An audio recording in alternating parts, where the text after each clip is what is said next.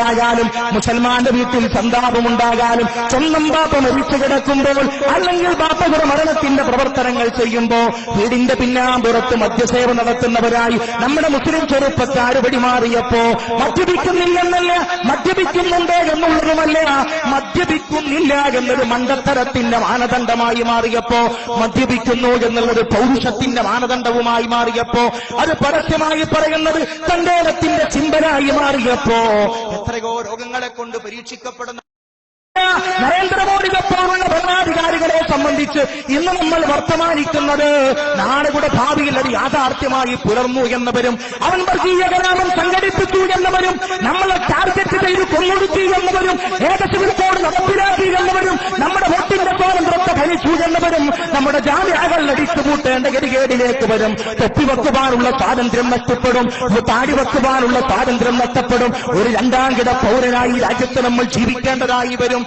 എന്താണ് വിഷയം? മുസ്ലിമേ, നിന്റെ